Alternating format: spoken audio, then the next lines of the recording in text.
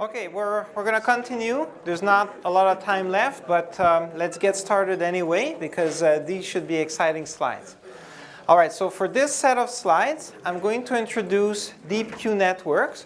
So this was one of the first approaches to leverage deep neural networks, and then it was done in conjunction with the QLearning algorithm, and so that's where the name comes from, deep Q networks. Okay, so so here I'll talk about how we can approximate the value function, and in particular the Q function, with either a linear function or a neural network, and then in the case of a neural network, it will lead to deep Q networks. Okay, so if we go back again to our Q function, then if we want to approximate it, we saw earlier on this slide that we can think of the state as a set of features, and then if we're doing a linear approximation, we're simply going to take a linear combination of those features. And if we want to have a nonlinear approximation, there's lots of possibilities, but then neural networks are a universal function approximator, so they're quite expressive. And then they have a corresponding mathematical function, so each architecture defines a different function. And then so we can think of each one of them as a function from the inputs, or the raw features x, parameterized with the weights w, that produces an estimate for the Q function.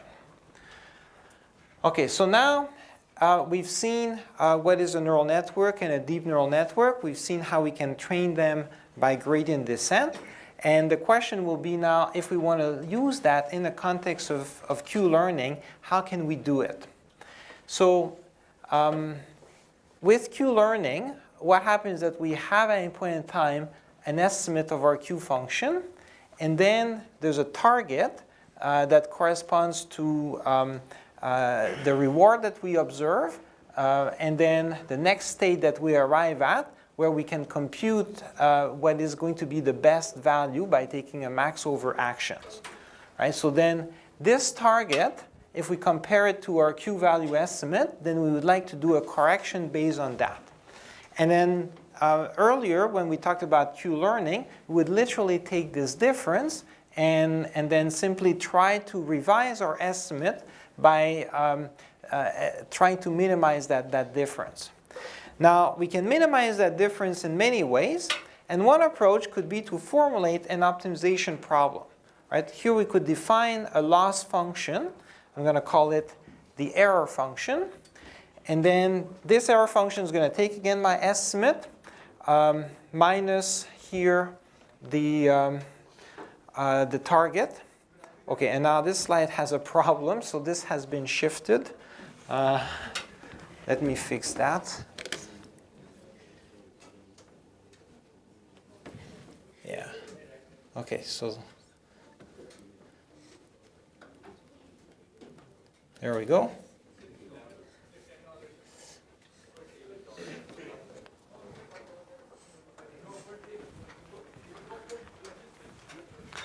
Okay, so yeah, we've got our error function. We're going to look at the difference, and then perhaps here we can try to minimize the square error. And now we're going to treat w as the parameters. So in this optimization problem, we'd like to vary w to minimize this error. Now here w appears in two locations, right? So w appears in our Q estimate, and it also appears in our target. And here there's two ways we could look at this. Now the traditional view in reinforcement learning is that the target should be something fixed. So here, if we think of the target as being fixed, then we want to think of w as also being fixed, so it's not a variable. And that's why here I'm denoting w with a bar to indicate that it's a different w than this one, potentially, but it's going to be a fixed w. So if we go ahead with this, where this w is fixed, whereas this one is variable, then I can compute the gradient of this error function, and then I will obtain this expression. Right? So the square will multiply the half, and then I simply get the difference times the gradient with respect to anything that depends on W. And then in this case, it would just be the Q function. So yeah, the beauty of this derivation is that now we've just talked about how if we have a neural network, we can compute the gradient. And then in this case, if the neural network is trying to estimate the Q function, then we would do an update that is based not just on the gradient of the Q function alone, but it's going to be the gradient of the Q function times the temporal difference. So yeah, so that's the main difference, and this will be sufficient for us to now define an algorithm that will essentially correspond to gradient QLearning, because now when we do the updates, it's not going to be that we take a step to try to simply reduce this difference, but we're going to compute the gradient and make a step in the direction of the gradient, where the gradient is the temporal difference times the gradient with respect to the Q function.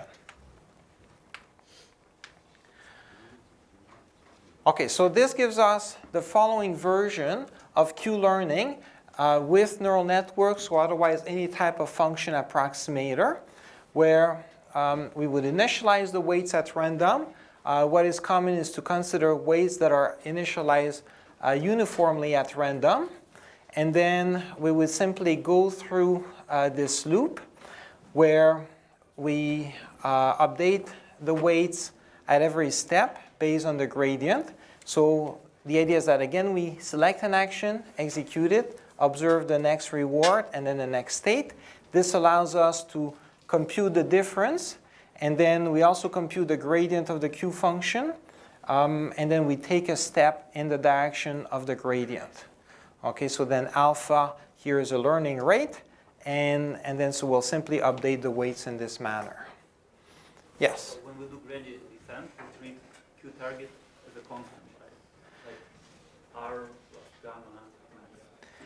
Right, so yeah, so that's a good question. Yeah, so what happens to this Q here, because it also depends on W, right? So I guess, yeah, there's different ways we can work with this. And here, historically, what was common was to essentially just use the same W for the target as well as the estimate, despite the fact that when we compute the gradient, we said that, well, we should treat this as fixed and only treat this as variable.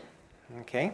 So historically, that's what was done, and this will cause some problems. Okay? So this might lead to some divergence because it's not a proper estimate of the gradient unless we fix that.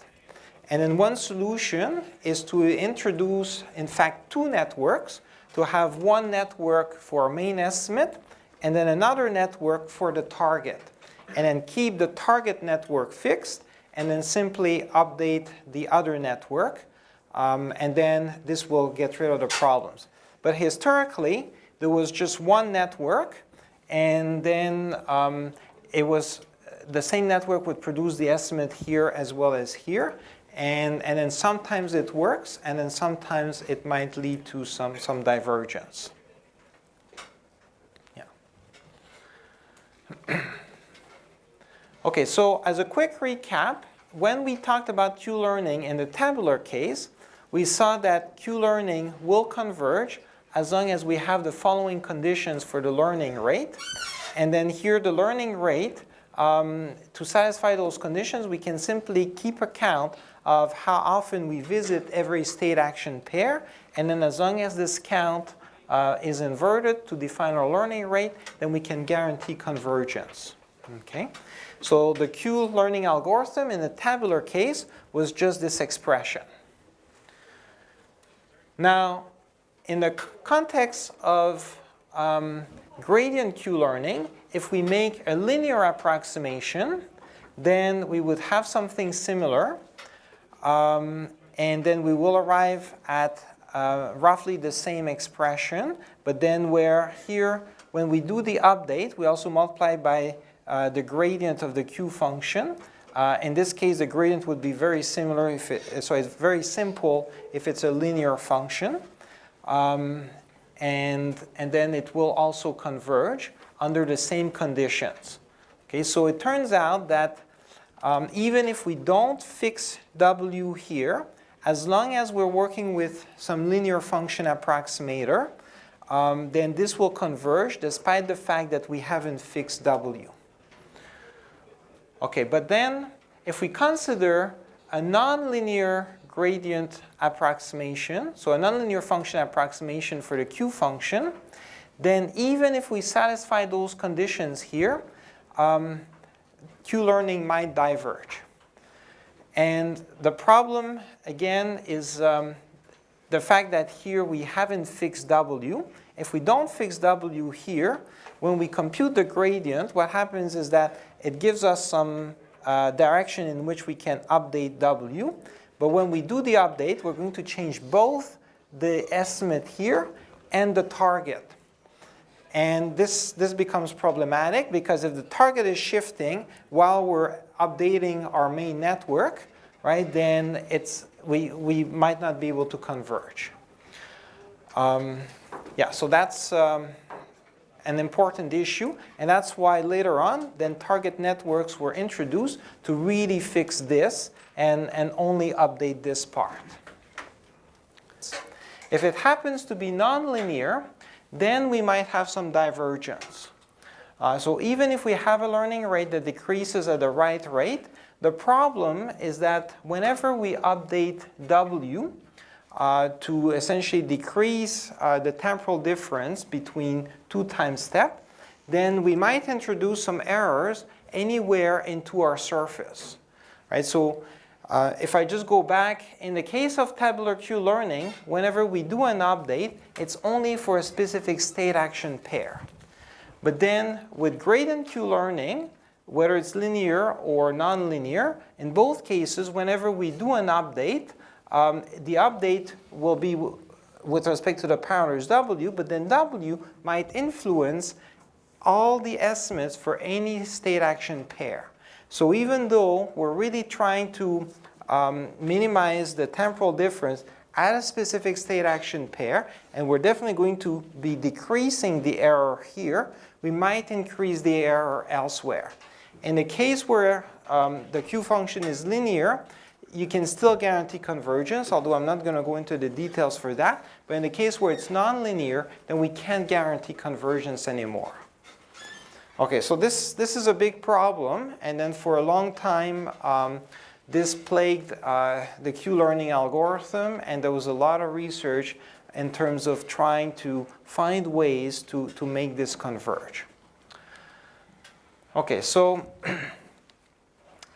now if we want to mitigate the divergence, it turns out that there are two simple tricks that you can use in practice that will mitigate greatly divergence. It does not prevent it completely. You can show mathematically that divergence might still happen, but with experience replay and also the use of two networks, so a regular Q network as well as a target network, we can reduce the risk tremendously. Okay, so this first idea, experience replay, is simply that what we can do is store all the past experience so that we can reuse it to retrain in case whenever we did an update to W based on a certain tuple, we perhaps change the surface, not just in one state action pair, but anywhere. And now if we introduce some errors elsewhere, a simple way of correcting this is just to say, well, let's remember all of our previous tuples, and then we can fix the errors by replaying this experience and doing some further updates at these other locations. Okay, so here, if I just draw something, right, so I might have a Q function that looks like this, right, and then here, this would be the space of state action pairs. Here, this would be Q of SA. And now, if I want to do an update where perhaps at this location, I would like to increase this point. So I'd like to make my curve higher. But when I do this, what I do is that I update a certain W.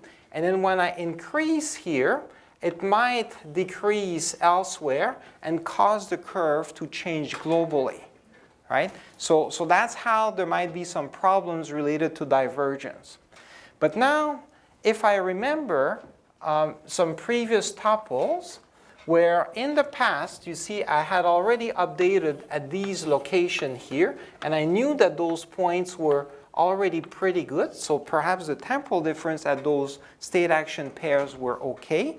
But now, when I did the update from here to here, I ended up lowering my curve by mistake, but now I can simply replay this experience here. And when I replay it, then what it will do is essentially raise again the curve. So now my curve might essentially go back to something closer to what I used to have. So that's one of the nice benefits of remembering all that past experience, is that if we introduce some errors, we can always correct them. And this will prevent divergence, or at least it will mitigate divergence tremendously. Another interesting aspect is that divergence might occur, especially in the case where we have some updates that are correlated. So here, normally, I have a trajectory of a state, an action, a reward, another state, another action, another reward, and so on, right? And then a trajectory is going to consist of states, actions, and rewards that are all perhaps near each other in some space. And if they're near each other, right, then they're likely to be correlated, right? Because it might be the case that I'm doing an update for this state action pair, and then maybe my next update, because I'm just going to take one step after that, might be right here. So now I'm doing another update here, and then maybe my next update will be here, and so on. So I'm just updating a lot of points in the same region. And when I do that, of course, I'm going to get a very good estimate in this region, but again, whenever, let's say, I raise the curve here, it might lower it elsewhere, or it might cause problems elsewhere, and I don't get to correct these problems unless I get some points in this other region, right? And to get points in this other region, often I need to get some experience or some tuples that are not contiguous in time, but perhaps that might be far apart from each other. So the idea is that if I remember all that previous experience, then I can replay it at random, where I don't have to replay them in order, right? And then if I replay them at random, then I might update a point here, then maybe another point here after that, maybe the next one here, maybe the next one here, and so on. So I'm going to update my curve gradually everywhere, and this will help again to prevent to prevent some problems of divergence. Okay, and then the last benefit is that when I do this, well, I need less interactions with the environment. Because when you think about it, the algorithm that we're really running here is a form of gradient descent. And in optimization, whenever you use an iterative technique like gradient descent, you need to go over, you need to make many steps in the direction of the gradient. So you need to essentially use the same data points over and over and over before you converge to a good solution. Now here, if we're going to have to use the same data points multiple times, why don't we store them instead of just interacting with the environment multiple times at the same state action pairs, right? So in terms of data efficiency, right, then this will be advantageous because we can learn much more quickly. Here by quickly, I mean with less interaction with the environment. Obviously, it's still going to be the same amount of computation, perhaps. So this does not diminish the amount of computation. But in terms of data complexity, we're going to be better off. Any questions regarding this? OK. Good. All right, so the second idea is to use a target network. And if you recall again, the idea is that now we have a target and we have our estimate. So our estimate is here, and then our target is here. In principle, we should treat both of them as variables. But now, if we're going to treat this one as fixed, perhaps what we should do is, instead of having the same network for both the estimate and the target, maybe I should have different networks. And then, so the idea of a target network is that we reserve a special network for this one here. And this target network is not going to change very often. We're going to initialize it to be the same as our estimate network, but then we're going to update our estimate network while keeping the target network fixed. And then once in a while, then we're going to update the target network in the direction of the estimate network. Okay, and this will correspond more or less to value iteration. So, just to make it clear, I've got here value iteration, where what we did in value iteration is we're updating our value estimate here, and then we update it by taking the current reward plus the discount factor times an expectation with respect to future rewards, where this V bar, is our target, and it's fixed. Right? So normally in value iteration, what happens is that we also have two vectors that would represent the value function at a given time step, and here the value function at another time step. Right? And then so we keep this one fixed, and then we simply do an update to compute a new version of this one. Once we have this updated, right, then after that we can update now our target. So in other words, we plug this back into here, and then we continue. So here we're essentially doing the same thing, right? So instead of working with value functions, I'm working with Q functions, but it's the same idea. So here I have a temporal difference, and I'm trying to estimate this Q, and then I've got my target. So what I can do is fix this, do a bunch of updates, right? In the same way that I would do it here. So here I would do an update for every S, right? So here I'm going to do some updates, perhaps for every S A pair. And perhaps I might even repeat some updates for certain SA pairs, but this doesn't matter. And then when I do that, then I will essentially compute what would be the Q function at the previous time step. That's essentially what's going on. A bit like here, the value function is being updated to obtain a value function at the previous time step. So here, QLearning is a bit like value iteration. It's just a sampling version of value iteration. So with value iteration, normally, you see we have an exact expectation because we know our transition model, and we can compute this sum. But in the case of QLearning, we don't have this expectation. We don't know where the transition model is. So instead, we take one sample, and then we do an update. But then we're going to repeat that multiple times. So we're going to have multiple updates. And all of those updates are going to amount to essentially doing one iteration of value iteration, but with respect to the Q function.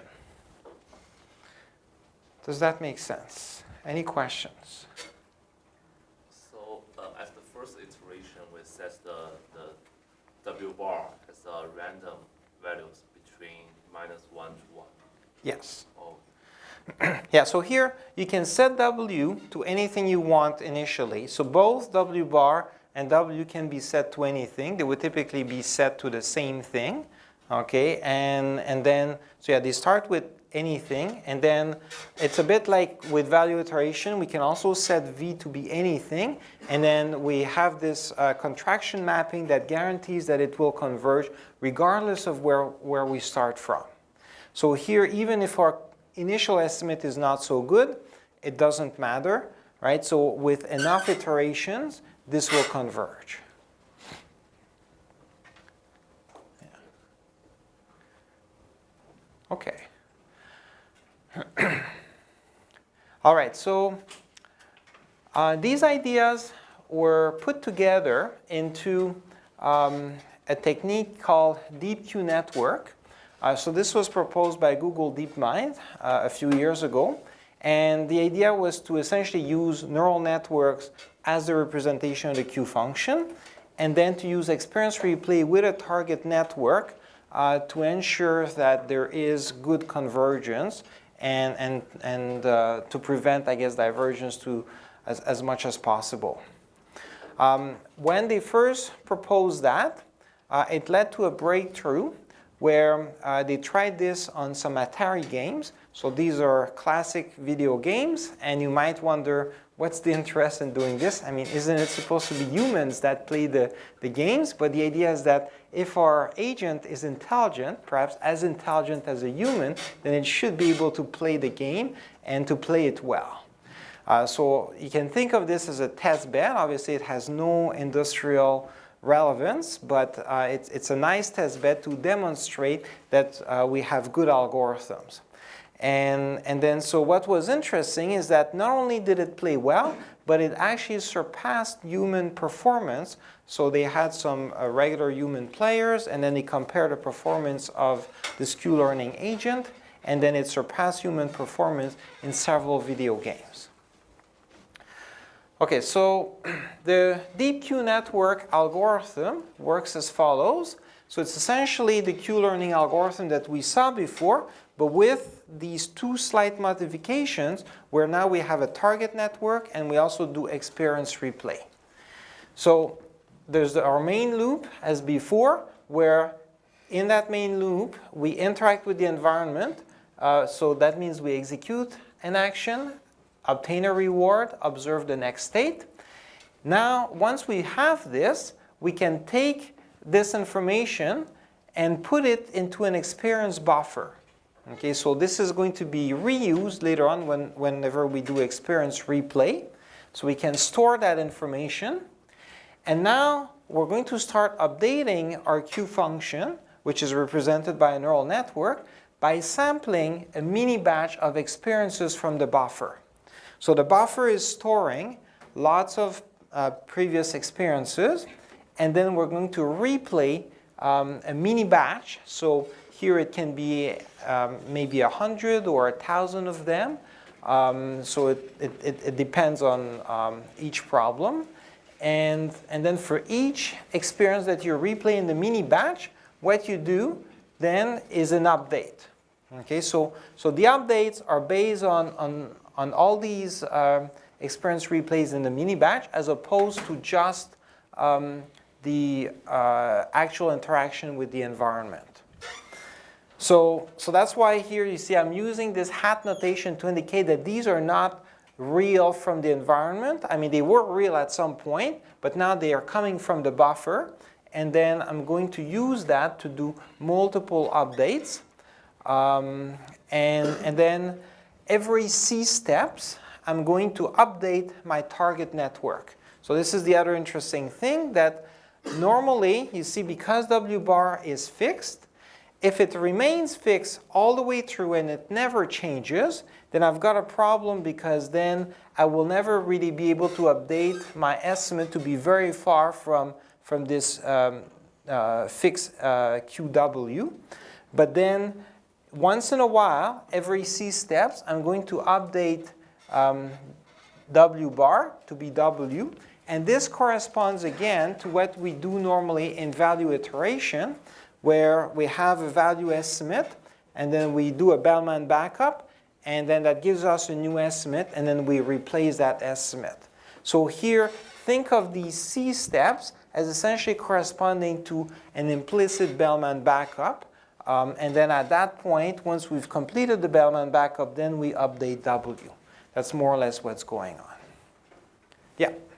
When sampling from the buffer, is that sampling somehow biased towards like recent experiences, or is that just uniformly sampled? Yeah, that's a good question. So there are strategies to try to prioritize what you sample and also what you store.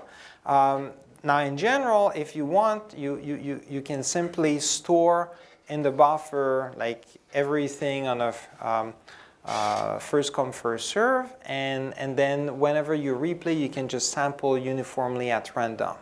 Okay, so this will work well. What you can do to improve this is that sometimes we know that there are some experiences that for which we have in fact a big temporal difference, and therefore we know we're likely going to have to replay them multiple times to reduce that temporal difference, right? So this is one trick that can be used to try to prioritize, perhaps simply replay those for which we had a big temporal difference. And then there are some other tricks as well based on eligibility traces that we haven't covered, but can be used as well to replay this experience in a non-uniform way. Yeah. Okay. Yes? In this algorithm, do we still do exploration when we select an action? Right, okay, so yeah, here we would do exploration. So in fact, here I simply wrote select action A, right? And if you recall, when we talked about QLearning, we talked about doing some epsilon greedy exploration, or to use Boltzmann exploration. So here it would be the same idea. Here I'm kind of leaving it open how we select A, right? So the idea is that, yes, we would use some strategy that would naturally try to balance exploration and exploitation. So next week, in fact, we're going to talk in more details about what are some principled and effective ways of doing the exploration. In fact, much better than epsilon greedy. But for now, I guess, yeah, whenever I write select A, right, then just think that, yeah, you're going to use some procedure that will include some form of exploration.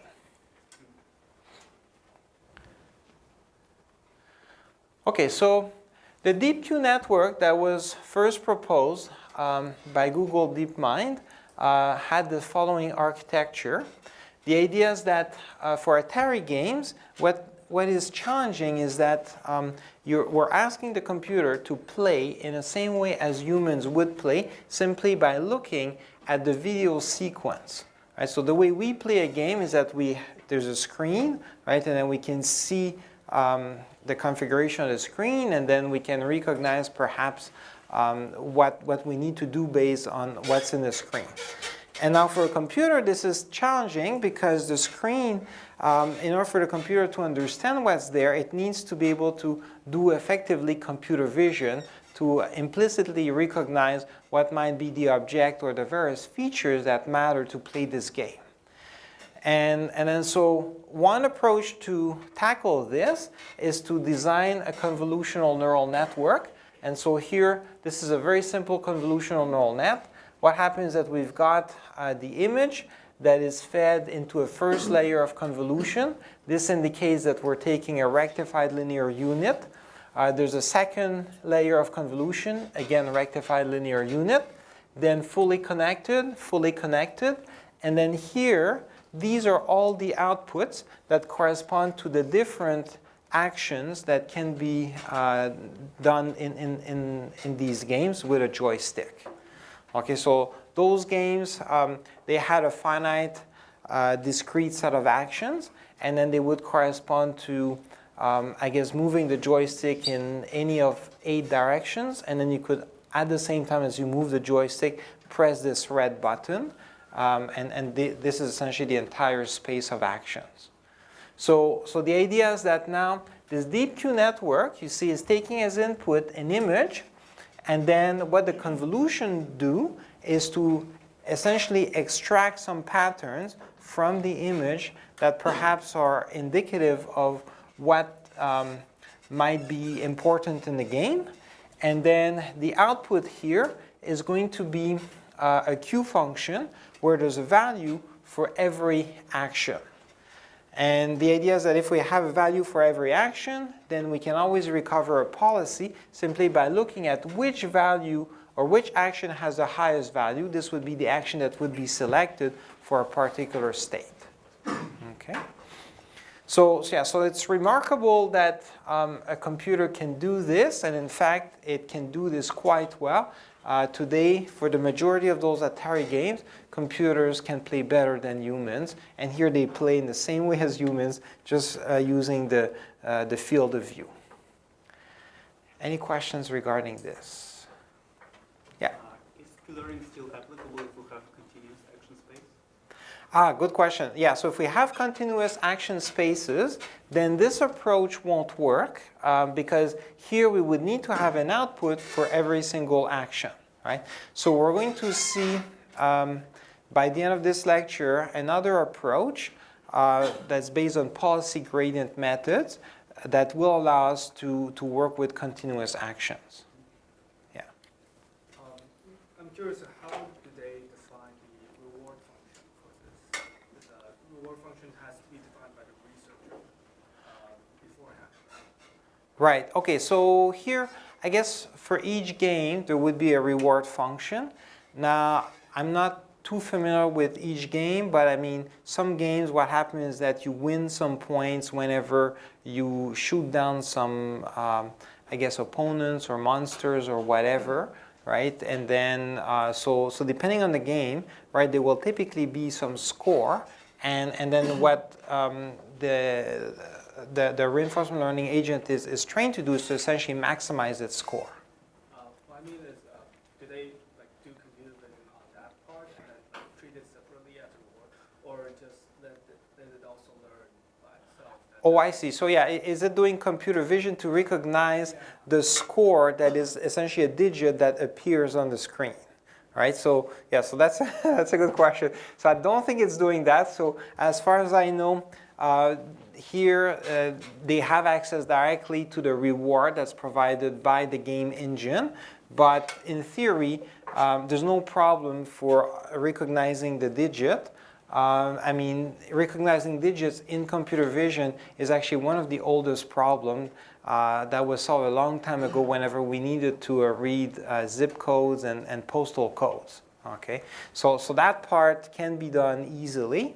And that's why, I guess, yeah, they don't bother forcing the computer to go to that extent. Yeah. Okay. All right, so if we look at the results, here we've got in blue DQN, so that's the deep Q networks. So these are the scores that have been obtained for a bunch of games. And here higher is better. And then in gray, so best linear learner. So before people started using deep neural networks for the, reinforcement learning, what was common was to use a linear function approximator. And then so naturally a linear function approximator does not have as much capacity, right? So it would need to have a lot of features in order to fit very well the Q function. And then so for most games it doesn't do as well. I guess there is one game where it does better, but for most games it just doesn't do as well. And now for human performance, here they sorted the games from best performance to worst performance, and this is where all the games on this side, all the games on this side, then the computer does better than humans, and then on that side, then humans do better than the computer. But now, this was with Deep Q network, which is not anymore the state of the art. Okay, so this is already a few years old. And then so we're going to see throughout the course some other algorithms that have done much better than Deep Q networks.